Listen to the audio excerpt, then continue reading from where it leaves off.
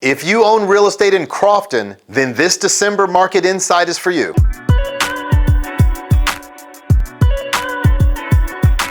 It's me, Melvin Yates, your neighborhood real estate broker with EXIT Flagship Realty. In this month's Crofton Real Estate Market Insight, we'll focus on empowering you with the real estate facts and data, no fluff. Now, I'm going to share the 5 things you need to know as we enter 2022. Plus, I'll give you the national data and explain how it's affecting us on a local level. Now, don't forget that my office has over 160 awesome realtors serving clients like you in DC, Maryland, and Virginia. And we would love to help you put a real estate game plan together. Now for the numbers.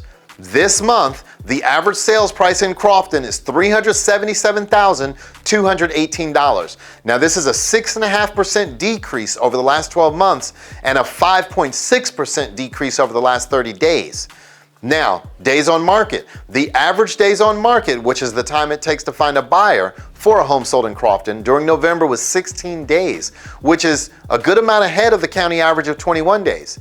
And in the last month, we had 28 new homes come to market, which is the number of homes that were listed for sale. Now, this is an issue because we only have about 1 week of total inventory in all of Crofton, which means that we just can't keep up with the demand.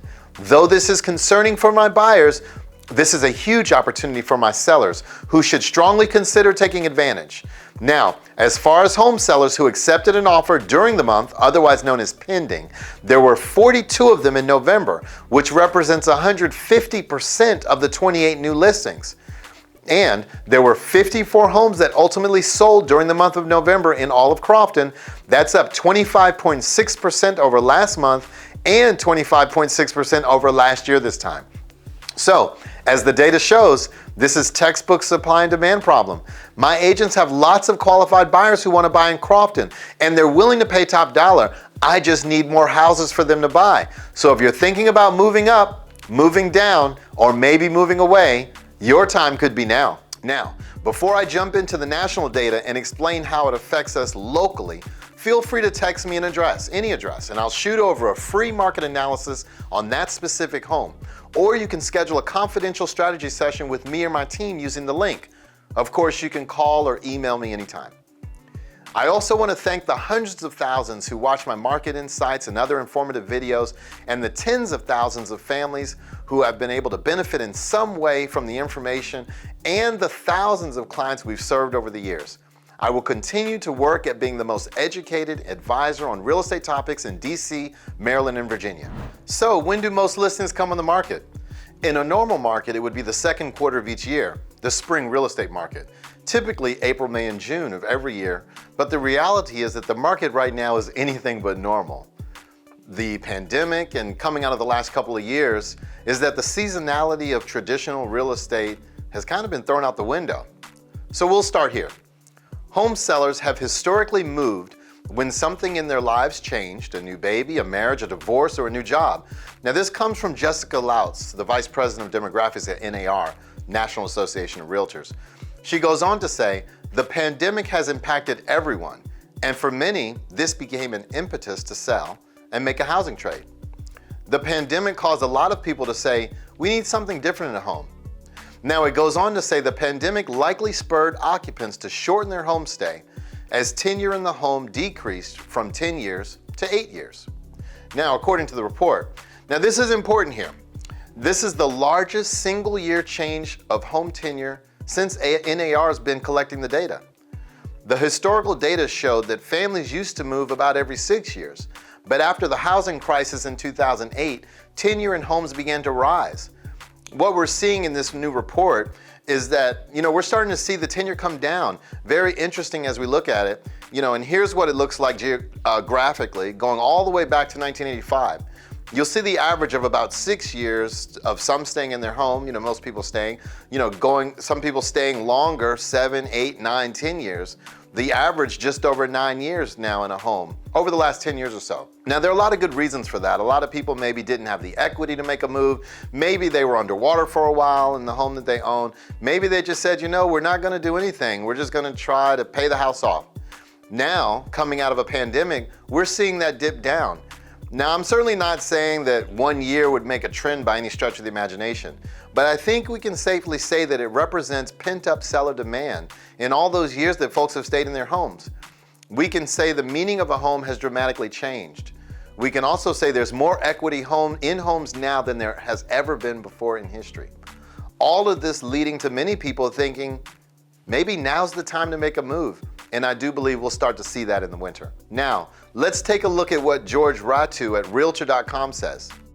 He said, the pandemic has delayed plans for many Americans and homeowners looking to move into the next stage of life, and that's no exception.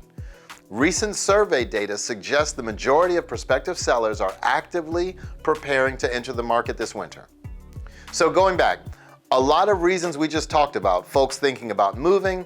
This study is saying we're seeing a lot of those people preparing to enter the market this winter. In that same study, 65% said that they either just listed or plan to this winter. 93% said they've already taken the steps toward listing a home, including working with an agent. 36% have researched the value of their home and others in the neighborhood. And as well as we've started making repairs and doing what they need to do to sell the home. I think today in this market, being prepared, being educated, and taking action, if appropriate, is what I want for you. Now, Danielle Hale says that this new listings have risen now for the second week in a row, with this recent survey data suggesting that a growing share of homeowners and potential sellers are eager to find new homes. Now, there's reason to believe this may be the start of a welcome trend, especially as we move into cooler months. You know, as we look into the winter, the data shows that we're going to see more activity among sellers and among buyers than we've seen in quite some time, as seasonality has been thrown out of the window. Now, let's just talk for a minute about interest rates. Probably one of the biggest things that's going to be talked about as we go into the new year. What's going on with the interest rates? The overall outlook is interest rates are going to rise. And this is a look right now at the 30-year fixed. We've used this, many times over the last couple of years as we go back and look at January of 2020 prior to the pandemic, which is basically rates are knocking on the door of 4%. Right now, the average 30-year fix is right at 3.1%. Many calling for that rise to go into next year. Now, I'll show you what forecasters are saying, but if you were to ask me what's going to happen with interest rates, I think we're going to go back to where we were. This is a historical perspective on rates. Now, looking back at 2016, 17, 18, 19, around four normal years, I guess, quote unquote, normal years in real estate, and we bounced somewhere between 3.5% and 5%. Now, I think we're headed back there. I think we're headed back into a much more normal interest rate environment. Now, we've seen some phenomenal, awesome rates over the last year or so, historically low rates on a 30-year fix. And I think we're just going to head back to a time where we were prior to the pandemic. The bottom line here is context matters right now for the housing market and certainly for purchasing demand. The economy is improving. Millennials are continuing to age into their prime home buying years in large numbers. So the context remains good for the housing market.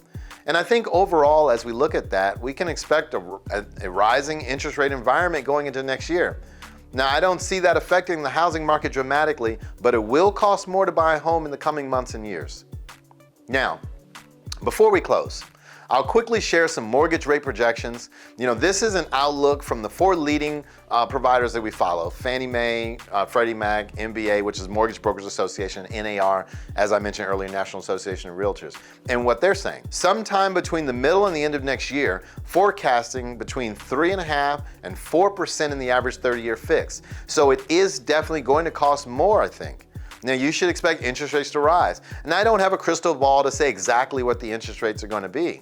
But as you can see, and I think we should all expect rising interest rate environment, and I'll continue to educate you as we go into the new year. Now, this next graphic is a home price forecast for 2022. Now, a lot of people are saying what's going on, what's going to happen next year to housing. I'm concerned. I'm concerned that, here we go again, all of that. Forecasters are calling for a 5.1% on average on housing appreciation. And you see anywhere from 7.5% to almost 3% appreciation on the low side. Now, this is a direct nod to seeing how more inventory will come into the market. The price will always be dictated by supply and demand in any market. Now, the other question that starts to come up and is on people's minds, At times, is the housing market going to crash? I'm concerned about what I've seen and forbearance and all the things that we know have happened in the real estate market. But the bottom line here is that housing sales are forecasted to increase this year and perform very well again in 2022. I want to remind you that last year in 2020, we sold 6.5 million homes in this country. And we're forecasted to sell more than that this year and even more than that next year. Which basically leading for the past 2 years, phenomenal years in the real estate market and a very, very good next year as well. Now, the slide shows you just where we are in the real estate market based on monthly inventory in the extreme seller's market that we're in. Thinking about selling your home, there's literally never been a better time. And I know I sound like a broken record, but this graphic just underscores it and underscores it going all the way back to 1999. What does the market look like? And it's been a great seller's market for those who have decided to sell. Now, the last question that I'll kind of address on these slides is that if you're a buyer saying, I don't know if I want to buy at the top of the market. When you look at price appreciation, it's certainly not at the top of the market, but I know that it may feel that way. For my sellers out there, if you're saying, if we sell, we're going to have to pay more for another home. That's why I've laid out the appreciation forecast so you can see for yourself. Pay attention to the data. Now, the best time to buy a home is this year, and the best time to buy a home, the next best time rather, is right now. And this was a survey done by the Home Price Expectation Survey. Based on this year, all the way forward to 2026, buying a home, average price home, what appreciation is at stake by buying now versus not buying now? $111,000, just over $111,000 in real appreciation over the next 5 years. So as a buyer, helping you see what's at stake is part of my job. Now, I know you guys are seeing things in the news and hearing things from friends and family. Please know that I will continue to be your rock for all things real estate, giving you the facts and data, no fluff. So if you're thinking about moving up, moving down, or maybe moving away, your time could be now. Feel free to text me an address and I'll shoot over a free market analysis on that specific home. Or you could schedule a confidential strategy session with me or my team using the link. Of course, you can call or email me anytime. Thanks.